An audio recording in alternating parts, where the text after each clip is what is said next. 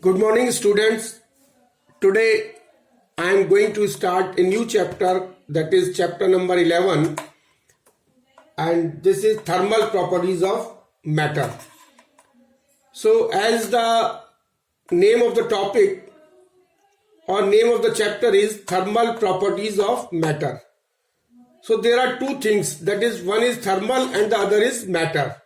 So, as we know that a matter is having three states. There are three states of matter, that is solid, liquid and gases. And the term thermal indicates that it is related with the heat and the temperature. So we will discuss about the heat and temperature and the effect of heat and temperature on the matter. Matter means solid, liquid and gases. So first we will start with the heat and temperature. So what is heat?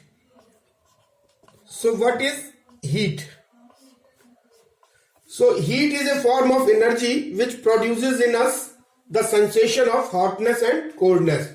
What is heat? Heat is the form of energy which produces in us the sensation of hotness or coldness. It is the form of energy जो हमारे अंदर एक sense produce करता है, किसका? Hotness का और coldness का. So what is heat? Heat is the form of a energy which produces in us the sensation of hotness or coldness. So let us understand with an example.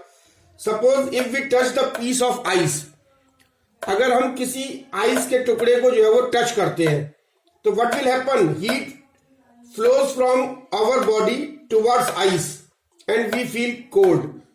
तो देखिए क्या होता है कि अगर हम एक आइस है और आइस को हमारी बॉडी जो है वो टच कर रही है तो क्या होता है? आइस का टेम्परेचर होता है कम, हमारी बॉडी का टेम्परेचर होगा ज्यादा, तो हीट कहां से जाएगी? हीट हमारी बॉडी से, the heat will flow from our body to the ice.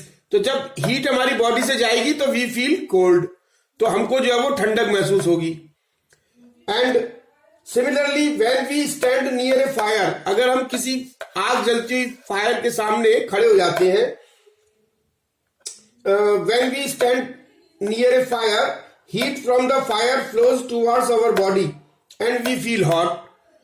तो क्या होगा कि फायर का टेम्परेचर ज्यादा होगा और हमारी बॉडी का टेम्परेचर कम होगा, तो हीट कहां से आएगी?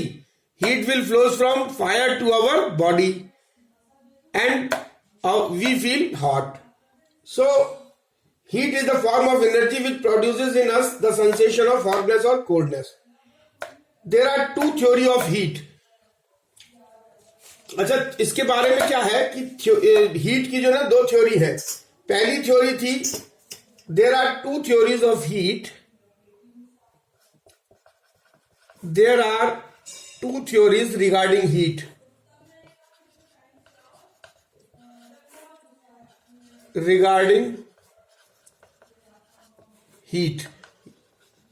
First theory थी calorie theory of heat. Calorie theory of heat. और दूसरी थी dynamic theory of heat. Dynamic theory of heat. तो first was calorie theory of heat. तो according to this theory, heat is an invisible, weightless and odourless fluid called calorie. तो इसके first theory के according to the calorie theory of heat, heat is an invisible, weightless and odorless fluid called caloric. But this theory was failed to explain the production of heat by friction. लेकिन ये theory जो है वो fail हो गई क्योंकि जो heat हम फ्रिक्शन के द्वारा प्रोड्यूस करते थे, it is visible, and this theory was failed. So now the next theory was came into the picture, that is dynamic theory of heat. And according to this theory, all substance, अच्छा ये theory जो है वो dynamic theory of heat, ये क्या बताती है कि according to this theory all substance मतलब solid liquid gases are made up of molecules and these molecules are in the state of continuous zigzag motion known as Brownian motion, and when a body is heated the motion of the molecules becomes fast. तो जैसे ही किसी body को हम heat करते हैं तो the motion of the molecules जो है वो फास्ट हो जाता है.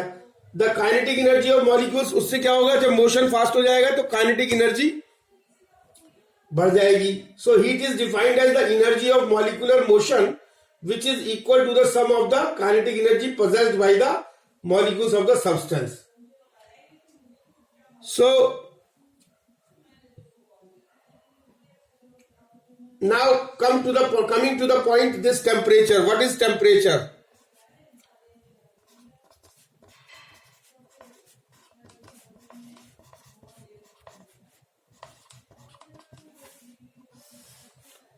Now what is this temperature? Temperature is a degree of hotness or coldness of a body. Temperature की क्या definition है? Temperature is the degree of hotness or coldness of a body. So temperature is the degree of hotness or coldness of a body, or temperature is the measure of hotness or coldness of a body. तो difference क्या हुआ heat में? Heat is the form of energy which produces in us the sensation of hotness or coldness.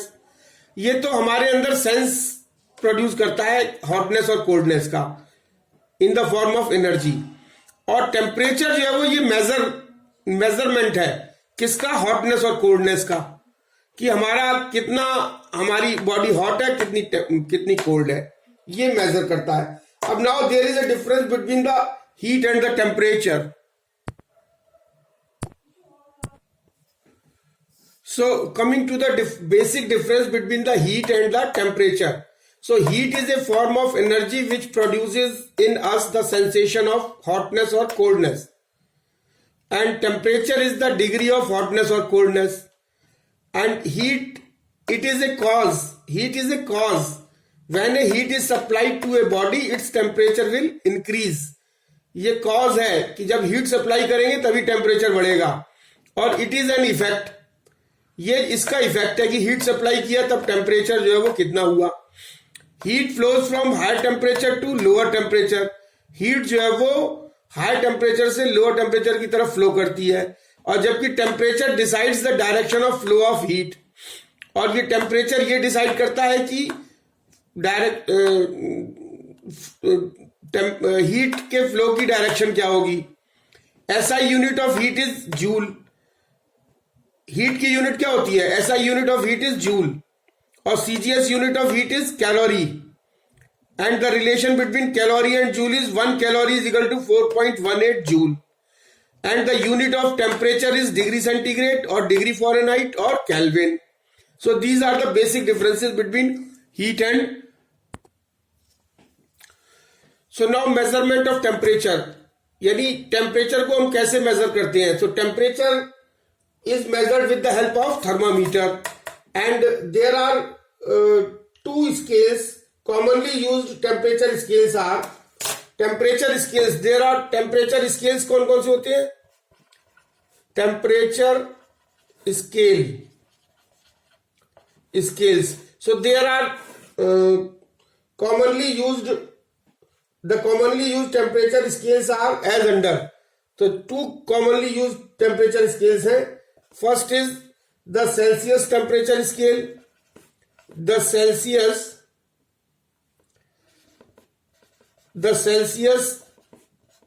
temperature scale, and the other is Fahrenheit.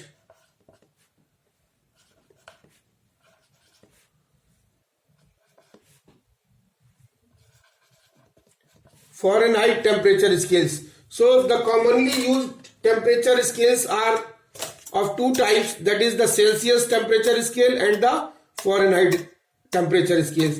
अब scales में क्या होता है कि हमको दो रेफरेंस पॉइंट लेने पड़ते हैं. On this scale the lower fixed reference point that is ice point is taken at 0 degree centigrade. इस सेल्सियस टेम्परेचर स्केल्स में जो एक रेफरेंस पॉइंट होता है, दो रेफरेंस पॉइंट लेने पड़ते हैं. तो रेफरेंस पॉइंट जो है वो रेफरेंस पॉइंट्स जो इसमें दो होते हैं, एक तो होता है 0 डिग्री सेंटीग्रेड और दूसरा होता है ये कहलाता है lower fixed point.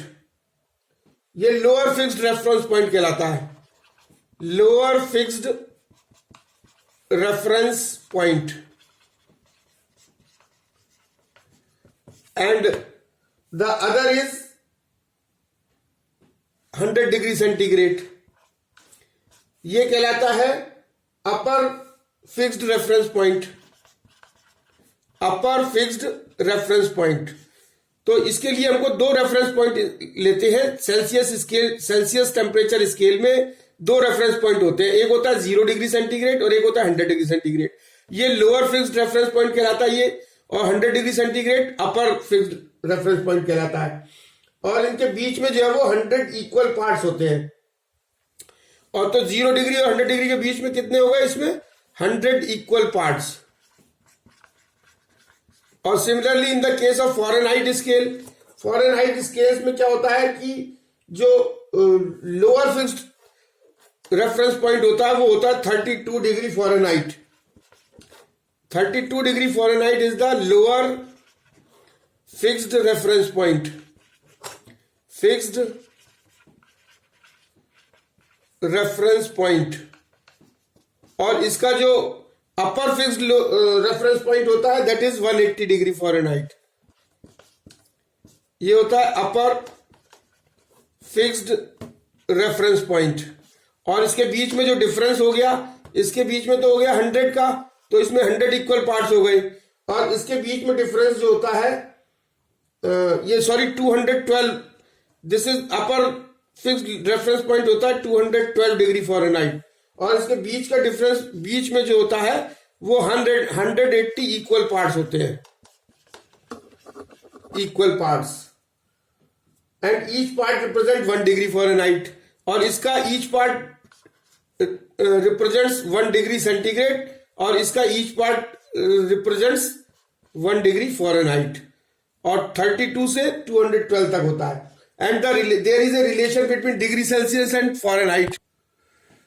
So now the relation between the degree centigrade and the degree Fahrenheit. So there is a relation between the degree Celsius and the degree Fahrenheit, and the relation is F minus 32 upon 9 is equal to C upon 5. So this is the relation. अगर हमको 1 degree Celsius में temperature पता है तो हम Fahrenheit में निकाल सकते हैं इस फॉर्मूले को यूज करके, या फॉरेनहाइट में पता है तो हम डिग्री सेल्सियस में निकाल सकते हैं। So this is the relation F minus 32 upon 9 is equal to C upon 5. Now coming to the ideal gas equation. What is this ideal gas equation? Ideal gas equation. So ideal gas equation क्या है? देखिए first सबसे पहले boils ने एक law दिया था जिसको बॉयल्स लॉ कहते हैं, बॉयल्स लॉ। और बॉयल्स ने ये लॉ दिया था कि as per the scientist Boyle's the pressure and volume of a gas are related as the pressure and volume, pressure P and volume V are related as PV is equal to constant when the temperature is held constant. ये कब होगा? जबकि when the temperature is kept constant, temperature is kept constant। अगर temperature constant रहेगा तो PV is equal to constant होगा। The pressure and volume of a gas are related as, so this is for gas. The temperature, when the temperature is kept constant, then pressure and volume, the product of pressure and volume will be constant. This is as per the Boyle's law. और उसके बाद Charles ने एक law दिया था, Charles law. Charles law ये था कि as per the Charles, the volume and temperature of a gas are related as V upon T is equal to constant. V upon T is equal to constant when the pressure is kept constant. When the pressure is kept constant. जब pressure को अगर हम constant रखें तो V upon T जो है वो constant होगा किसी भी गैस का। When the pressure is kept constant. Now since PV is equal to constant and V upon T is equal to constant for a given quantity of a gas, then PV upon T should also be a constant. This relationship is known as ideal gas. Now combining these two equations, so this is equation number 1 and this is equation number 2. On combining these two equations, on combining these two equations, इन दोनों को combine करने से क्या निकल के आता है कि PV upon T is equal to constant, and this is known as ideal gas law. This is known as ideal gas law. Ideal gas law क्या है? PV upon T is equal to constant. So it can be written in more general form.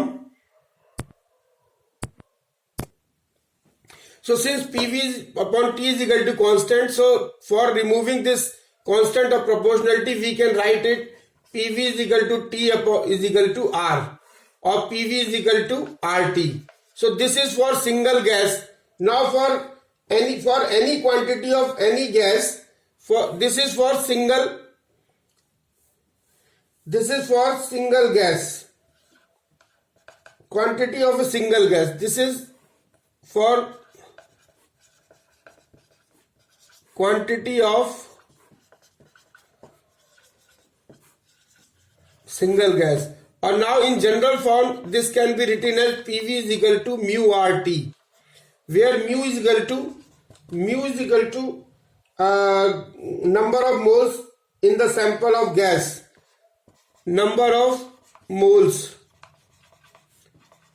in a gas, and R is the gas constant or universal gas constant. R is universal gas constant. So PV is equal to mu RT. This is known as the ideal gas equation. This is known as ideal gas equation. And R is equal to, the value of R is equal to 8.3 joule per mole per K. So this is the ideal gas equation. PV is equal to nRT.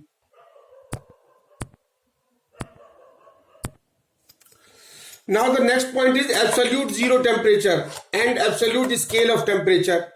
इसके बाद जो है वो दो scales जो थे हमारे Fahrenheit और सेल्सियस के बाद एक एब्सोल्यूट स्केल ऑफ टेम्परेचर आया.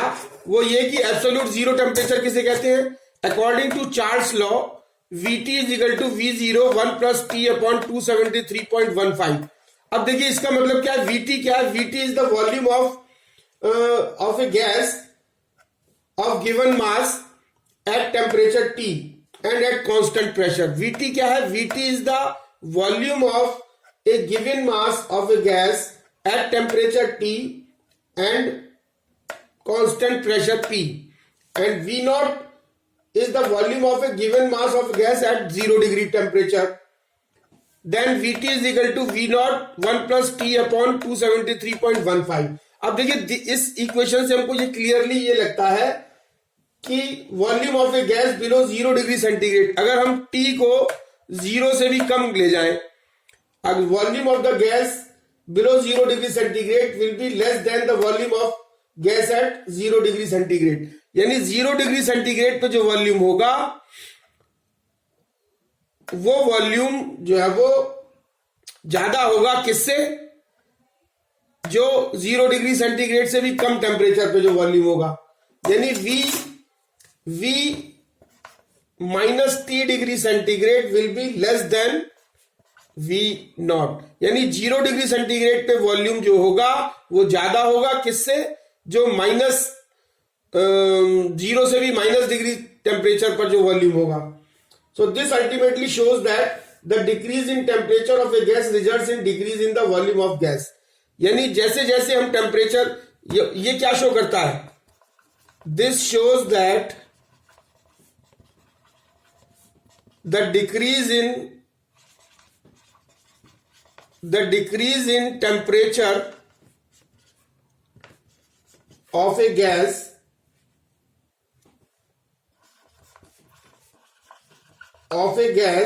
results in the decrease in volume. यानी टेम्परेचर अगर हम किसी गैस का कम करेंगे तो उसका वॉल्यूम जो है वो कम होता जाएगा। Thus, if we decrease the temperature below 0 degree centigrade, the gas occupies zero volume। तो 0 डिग्री सेंटीग्रेड से भी कम करते जाएंगे अगर टेम्परेचर, तो गैस का वॉल्यूम एक टाइम पे 0 हो जाएगा। And that will be at -273.15 degree centigrade. -273.15 degree centigrade temperature पर जो गैस का वॉल्यूम होगा वो इज इक्वल टू 0 हो जाएगा।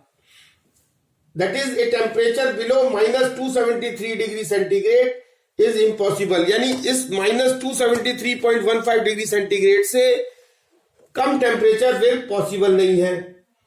दिस और according to kinetic theory of gases all molecular motion stops at -273.15 degree centigrade. यानी ऑल मॉलिक्यूलर मोशन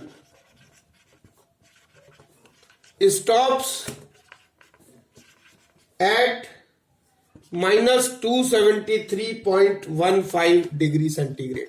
यानी -273.15 डिग्री सेंटीग्रेड पर किसी भी गैस में जितने भी मॉलिक्यूलर मोशंस होती हैं वो खत्म हो जाती हैं, वॉल्यूम उसका 0 हो जाता है। तो यहीं से जो वो एब्सोल्यूट जीरो की डेफिनेशन स्टार्ट हुई। And absolute zero of temperature is defined as the lowest temperature of -273.15 degree centigrade at which a gas supposed to have 0 volume and 0 pressure, and at this absolute zero temperature, that is at -273.15 degree centigrade, all molecular motion stops। जितनी भी molecular motion stop हो जाती हैं। And in practice all gases condense to liquid and solid before this temperature is reached। यानी इस temperature के पहुंचने से पहले सारी गैसेस कंडेंस होकर लिक्विड और सॉलिड में कन्वर्ट हो जाती हैं।